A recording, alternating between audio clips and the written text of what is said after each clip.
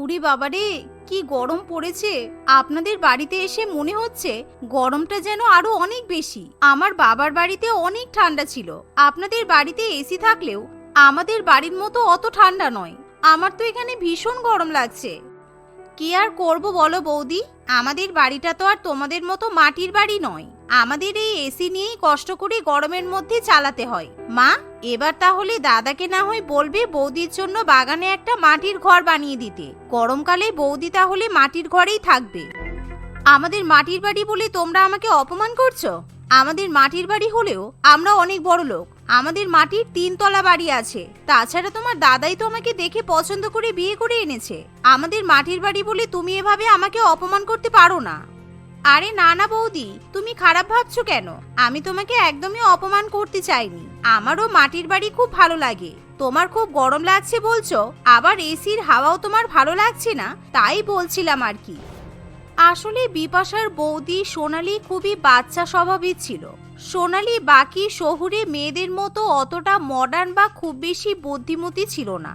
আর সোনালীর সেই বাচ্চা স্বভাবের জন্যই আকাশ তাকে বিয়ে করে বাড়িতে নিয়ে আসে। কিন্তু সোনালী একদম গ্রাম থেকে হুট করে শহরে আসার পর খেয়াল করে শহরে গ্রামের তুলনায় গরম অনেক বেশি। দূর, আমার এই গরমে একটুও ভালো লাগছে না। তারপরে ওই এসির ঠান্ডা হাওয়া খেয়ে আমার আবার ঠান্ডাও লেগে যাচ্ছে। কোনো প্রাকৃতিকভাবে শীতল হাওয়ার ব্যবস্থা করতে হবে। এখানে আবার কোথাও পুকুর নেই। পুকুর থাকলে আমি পুকুরের মধ্যে সারাক্ষণ বসে থাকতাম।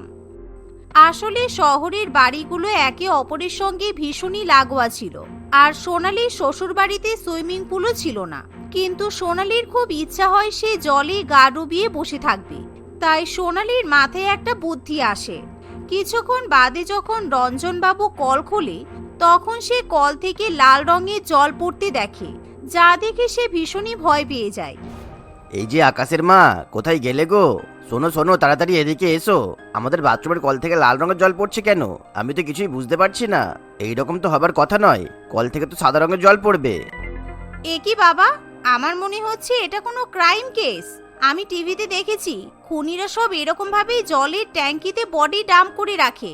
আমার মনে হচ্ছে আমাদের ট্যাঙ্কিতে কেউ কোনো বডি ডাম্প করে গেছে। ওরে বাবারে, তাহলে আমার মনে হয় এখনই আমাদেরকে পুলিশে খবর দেওয়া উচিত। শেষমেশ কিনা আমাদের বাড়িতে লাশ উঠেছে। আমার তো ভীষণ ভয় করছে, এবার কি হবে? এই শুনে রঞ্জনবাবু তৎক্ষণাৎ পুলিশে খবর দেয়। পুলিশ আসার পর সবাই ছাদে গিয়ে ট্যাঙ্কের ঢাকনা সরাতেই দেখে সেখানে আর কেউ নয় বরং সোনালী পড়ে আছে। এ কি গো, এ তো আমাদের নতুন বৌমা। আমাদের নতুন বৌমাকে কে মার্ডার করলো? হায় রে, আমার কি সর্বনাশ হলো। আমার ছেলেটার এবার কি হবে? এই তো 1 সপ্তাহ হলো ছেলের বিয়ে হয়েছে। সোনালী দেবীর চিৎকার চেঁচেমেচি শুনে সোনালী তখনই ঘুম থেকে উঠে পড়ে। সোনালীকে এভাবে উঠে বসতে দেখে সবাই খুব ভয় পেয়ে যায়, কারণ তারা ভাবে সোনালী হয়তো মারা গেছে। আরে, আপনারা এভাবে কান্নাকাটি করছেন কেন? কি হয়েছে? বাপ রে বাপ, আপনার কান্না শুনে আমার এত ভয় লেগে গেছে আমি কি বলবো। এখানে এতজন পুলিশ কি করছে? আরে বৌদি, তুমি এই ট্যাঙ্কের মধ্যে কি করছিলে? আমরা তো ভেবেছিলাম তোমাকে কেউ মার্ডার করে এখানে ফেলে দিয়ে গেছে। ট্যাঙ্কের সব জলই তো লাল হয়ে গেছে, তাই আমরা পুলিশকে খবর দিয়েছিলাম। ওহো, তোমরা নিজেরা এলেই তো দেখতে পারতে। আসলে আমি নতুন লাল রঙের শাড়ি পরেছি তো, আর এই নতুন শাড়িটা জলে ভিজলেই লাল রং ছাড়ছে। এত গরমের মধ্যে আমি কিছুতেই থাকতে পারছিলাম না। আপনাদের এখানে তো আবার কোনো পুকুর নেই, তাই ভাবলাম এই ট্যাঙ্কে জলে একটু ঠান্ডা হই। সোনালীর কথা শুনে পুলিশ সহ বাকি সকলে ভীষণই অবাক হয়, কারণ কেউ আশা করেনি সোনালী এরকম কোনো কাণ্ড ঘটাতে পারে। সে কি, তোমার তো সাহস কম নয়? তুমি এই ট্যাঙ্কের মধ্যে ঢুকে ঘুমাচ্ছিলে। আমরা যদি কেউ না জানতাম আর এই ট্যাঙ্কিটা পুরো জলে ভরা থাকতো, তাহলে তো তুমি শ্বাস রোধ হয়ে মারাই যেতে। এরকম বোকামি কাজ আর পরের বার করবে না, বুঝেছো? সবাই মিলে সোনালীকে বকাবকি করলেও সোনালীর তাতে কিছুই এসে যায় না।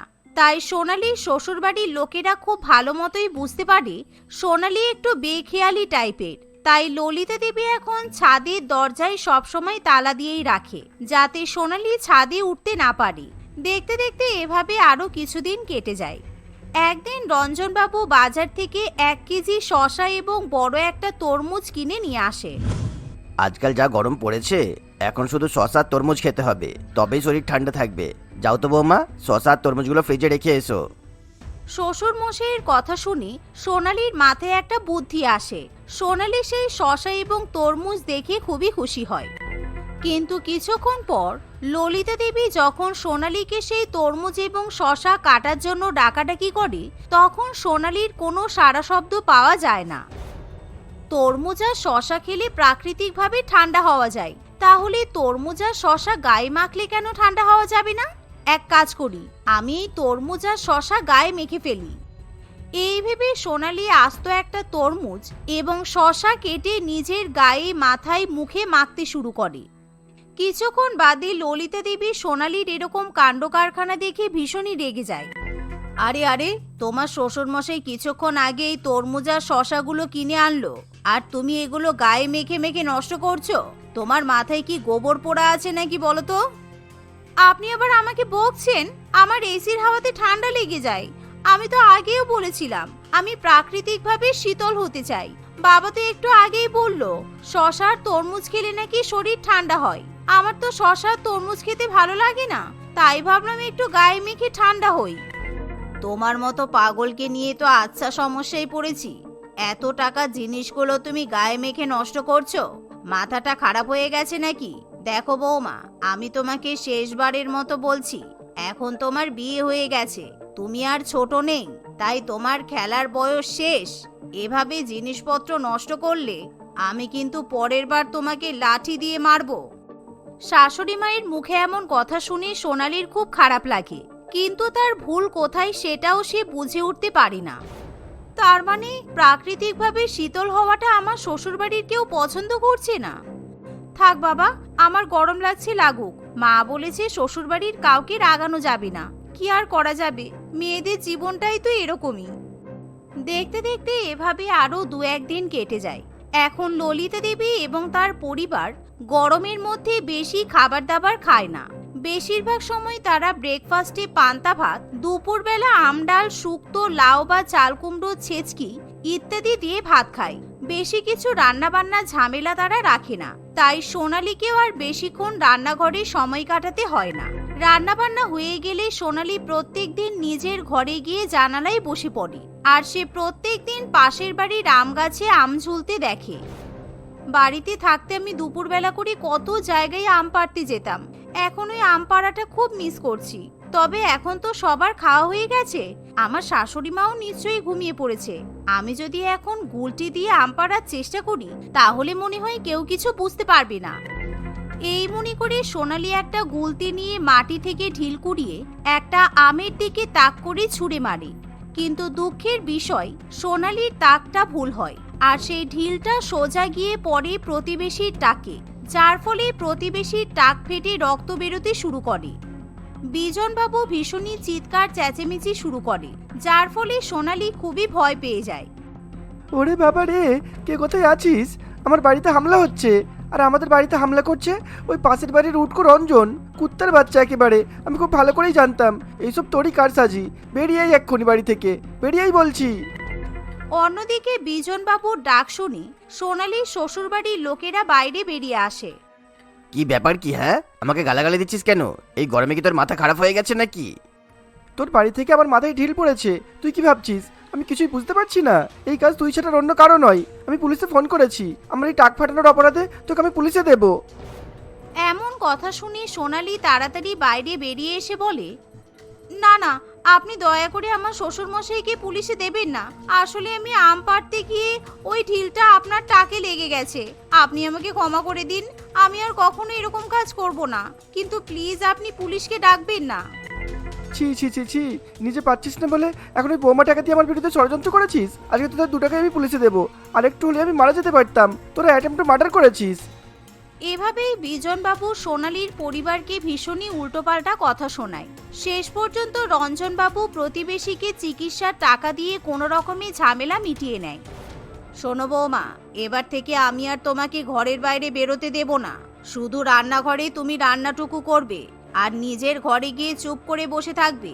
আমি যদি তোমাকে বাড়ির দরজার বাইরে একটাও পা রাখতে দেখেছি, তাহলে কিন্তু আমি সঙ্গে সঙ্গে তোমাকে বাপের বাড়িতে পাঠিয়ে দেব।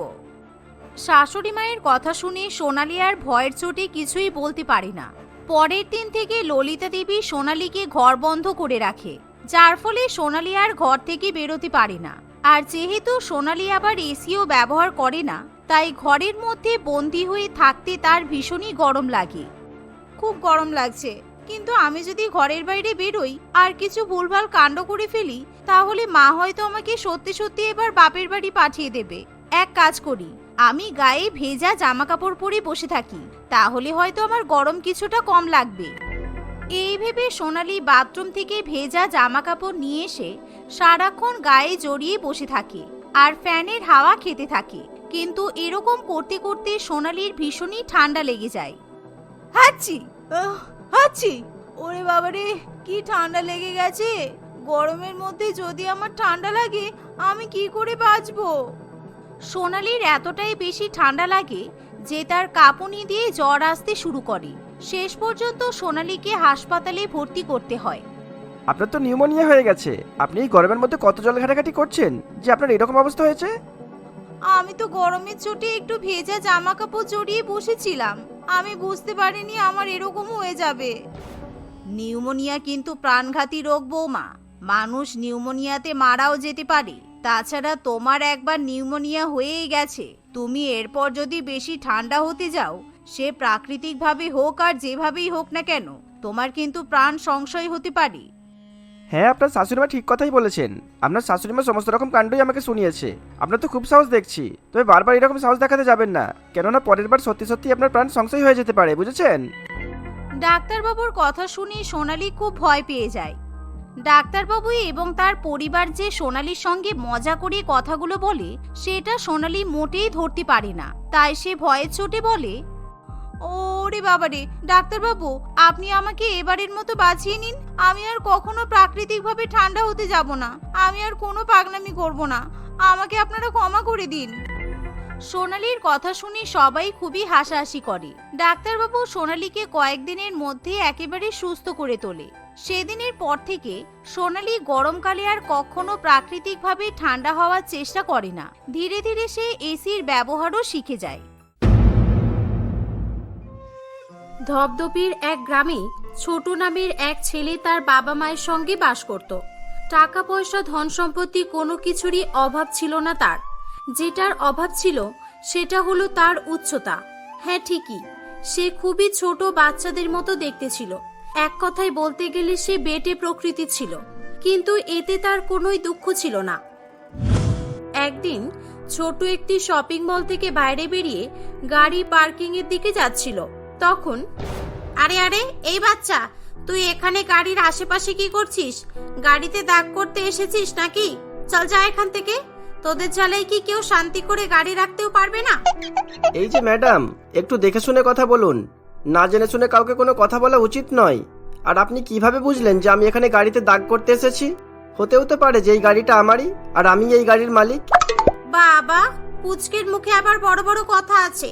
বাচ্চারা গাড়িতে দাগ না করলে তাহলে কি করে? হ্যাঁ, এই রিমা, এদিকে আয়, কি বলছে দেখ। এই নাকি দামি BMW গাড়িটির মালিক। তাহলে আমিও এয়ারজেট কোম্পানির মালিক। মরে যাই মরে যাই, আমার তো হেসে হেসে পেট ব্যথা হয়ে যাচ্ছে। এই শ্বেতা, তুই চুপ কর আর চল এখান থেকে। কে কিসের মালিক দেখতে হবে না, আমরা আমাদের কাজে যাই, চল। তুমি ঠিক বলেছো, এই মেয়েটার মাথায় বুদ্ধি আছে।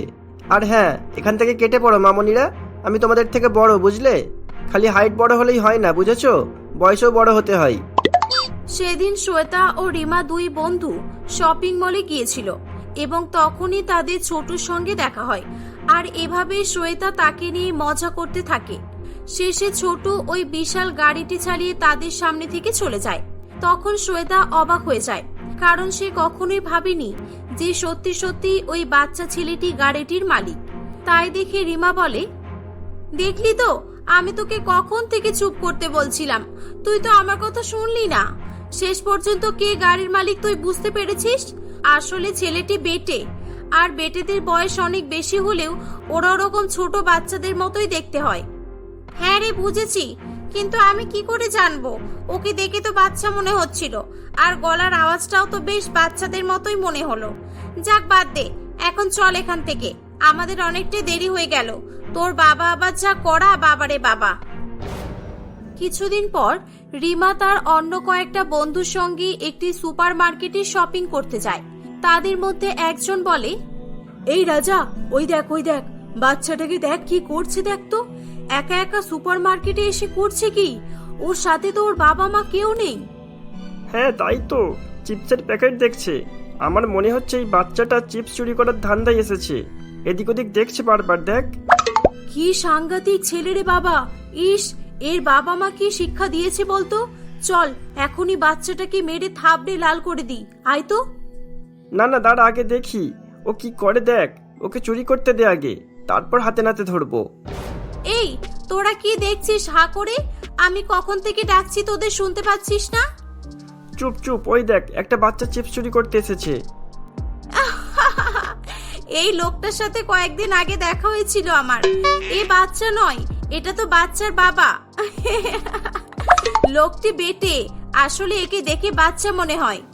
রিমা অনেক জোরে জোরে কথা বলায় ছোট তার কথা শুনতে পেয়ে যায় এবং তাকে বলে, এক্সকিউজ মি, আমি কোনো বাচ্চাও নয় আর বাচ্চার বাবাও নয়, okay? I am 25 years old. আমি একটা ইয়ং আনম্যারিড ছেলে, ওকে? আর এই যে আপনারা তখন থেকে ফিসফিস করে কি বলছেন আমার নামে? আমি এখানে চুরি করতে আসিনি, বুঝলেন? আমি শপিং করতে এসেছি। কারোর ব্যাপারে কিছু না জেনে কমেন্ট করবেন না, ওকে? সরি কাকু, আই মিন সরি দাদা, আমরা বুঝতে পারিনি। এই চল রিমা এখান থেকে, চল চল। বেশ কয়েকদিন কেটে যায়। একদিন দুপুরবেলা রিমা কলেজ থেকে বাড়ি ফেরার সময় বাস স্টপে দাঁড়িয়ে বাসের জন্য অপেক্ষা করছিল। অনেকক্ষণ হয়ে গেলেও কিছুতেই বাস আসছিল না। গরমের তাপে রিমা অতিষ্ঠ হয়ে উঠেছিল, তার খুবই কষ্ট হচ্ছিল। বাসটার যে কি হলো, দূর ভালো লাগে না। কাছে বেশি টাকাও নেই যে একটা অটো কিংবা ট্যাক্সি ধরে বাড়ি চলে যাব। তখন সেখান থেকে ছোট তার গাড়ি নিয়ে যাচ্ছিল। সে রিমার কাছে এসে গাড়িটা থামায়। আপনি বাসের অপেক্ষা করছেন তাই তো? আজকে বাস পাবেন না ম্যাডাম। শ্যামবাজারে একটা অ্যাক্সিডেন্ট হয়েছে, একটা বাস ড্রাইভার মারা গেছে। তার মৃত্যু শোকের জন্য 6 ঘন্টার স্ট্রাইক রেখেছে ড্রাইভাররা। ও তাই বলি যে আজকে এমন কেন হচ্ছে, এবার আমি বাড়ি যাব কিভাবে? চলুন, আমি আপনাকে ড্রপ করে দিচ্ছি। আপনার যদি কোনো প্রবলেম না থাকে তবেই। চুপ করে আছেন যে? ওহ ওকে, যাবেন না তাই তো? ঠিক আছে, নো প্রবলেম। রিমার কাছে কোনো উপায় না থাকায় সে বলে, না না, আমি যাব, চলুন। রিমা ছোটর গাড়িতে উঠে পড়ে। আশেপাশের লোকজন তাদেরকে দেখে নানান বাজে বাজে মন্তব্য করতে শুরু করে। দেখলে তো আজকে দিনকাল বড্ড খারাপ, সমাজের কেমন অবনতিটাই না ঘটলো। একটা হাঁটুর বয়সী বাচ্চা ছেলের সঙ্গে মেয়েটি, ছি ছি ছি ছি, কি দিনকাল পড়লো। হ্যাঁ, টাকা থাকলে সব সম্ভব। দেখলে না, ছেলেটির কাছে BMW কার ছিল। বড়লোকদের ছেলেরা ছোটবেলা থেকেই পেকে যায়, ওদের কাছে বয়সটা ম্যাটার নয়, টাকা দিয়ে সমস্ত কিছুই ঢাকা পড়ে যায়, বুঝেছো? তাই বলে এত ছোট বাচ্চার সঙ্গে? দেখে তো মা আর ছেলে মনে হচ্ছিল। যাক বাদ দাও, আমাদের আর কি করার আছে, যার যা ইচ্ছা করুক, চোখ কান বন্ধ রাখাই ভালো। রিমা ও ছোট একে অপরের সঙ্গে কথা বলতে বলতে জার্নি করছিল। রিমা তার জীবনের ব্যাপারে ছোটকে সব বলে।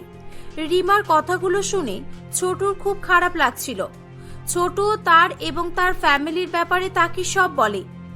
এই যে এখানে আমার বাড়ি এসে গেছে, এখনই ছাড়িয়ে চলে যেতাম। আচ্ছা আমি আসি, এবার আবার দেখা হবে। আর হ্যাঁ, থ্যাংক ইউ।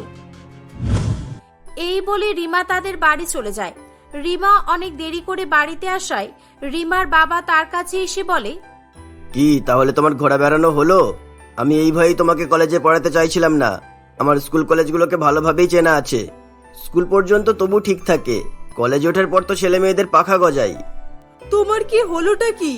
মেয়েটা এইমাত্র বাড়িতে এলো, একটু রেস্ট করতে দাও।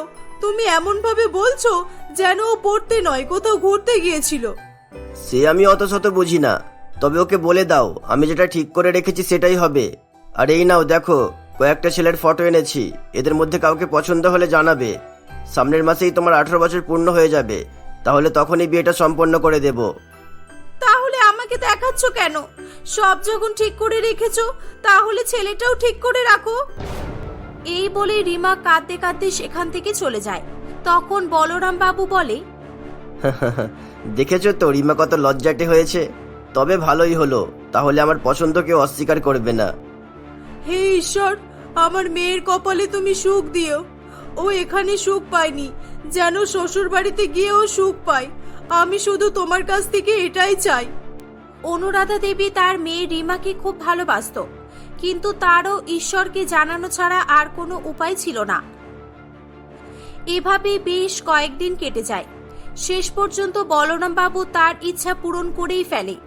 সে অনেক দেখাশোনা করার পর একটি ধনী কোটিপতি বাড়ির সম্বন্ধের খোঁজ পায়। ছেলের বাবা ও মা রিমাকে দেখতে এলে তাদের রিমাকে খুবই পছন্দ হয়ে যায়।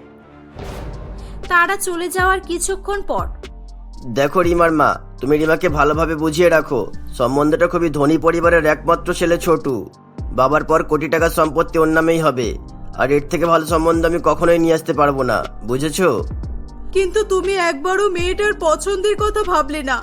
শেষে তুমি ওই বেটি ছেলেটির সঙ্গে ওর বিয়ে ঠিক করলে। তোমার যা ইচ্ছে তুমি তাই করো, আমরা কেউ তোমাকে কিচ্ছু বলবো না। মেয়ের বাবা হয়ে একটা মেয়ের সঙ্গে এরকম অন্যায় কিভাবে করতে পারলে? দেখো, আমাকে বোঝাতে এসো না। আমি যেটা করছি ওর ভালোর জন্যই করছি। ছেলে বেটে তাতে কি হয়েছে, ওরা অনেক ধনী, বুঝলে? আসলে বলরাম বাবু রিমার বিয়ে অন্য কারোর সঙ্গে নয়, বরং ছোটুর সঙ্গে ঠিক করেছিল। কয়েকদিনের মধ্যেই রিমা ছোটুর সঙ্গে বিয়ে হয়ে যায়। ছোটু রিমাকে পেয়ে খুব খুশি ছিল। পরের দিন, কি হলো রিমা, তুমি কাঁদছো কেন? ওহ, বুঝলাম, আমাকে তোমার পছন্দ হয়নি, তাই না? আমি বেটে বলে আমাকে দেখে বাচ্চা মনে হয়, সেই জন্যই তুমি কাঁদছো, তাই তো?